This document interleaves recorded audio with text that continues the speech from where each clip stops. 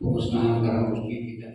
Kepolisian Resor Langsa memusnahkan 10.550 gram sabu yang diamankan dari satu tersangka berinisial BH, 53 tahun, warga Desa Gelanggang, Kecamatan Kota Juang Biren.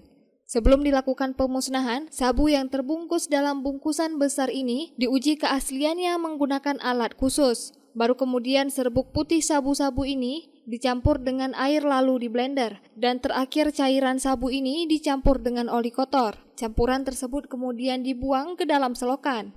Kapolres Langsa AKBP Andi Rahmansyah mengatakan tersangka merupakan seorang residivis kasus sabu lintas provinsi yang telah mendekam di sel tahanan kelas 2A Jakarta selama 13 tahun dan kembali ditangkap pada Mei 2024 lalu di kawasan Biren karena membawa lebih dari 10 kg sabu.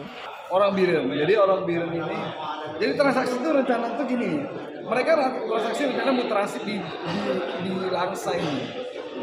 Di Langsa ini mau transit, dapat informasi, selidiki. Kemudian dia pindah ke PD, pindah ke Aceh Utara, pindah ke Timur, pindah dalam rencana mereka itu. Terakhir mereka akhirnya menentukan mereka jalan udah jalan ke Aceh Timur, udah jalan ke Langsa, berangkat lagi mereka ke Banda Aceh, berangkat lagi ke PD. Jadi putar-putar mereka. Ikuti mereka sebulan, pindah sini, pindah sana, pindah sini, pindah sana. Yang awal mula di Langsa.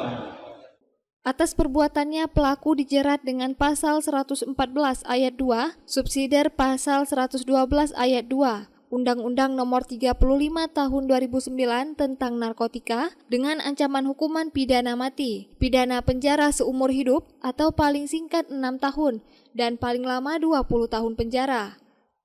Dari Langsa, Selinovita melaporkan untuk Puja TV Aceh.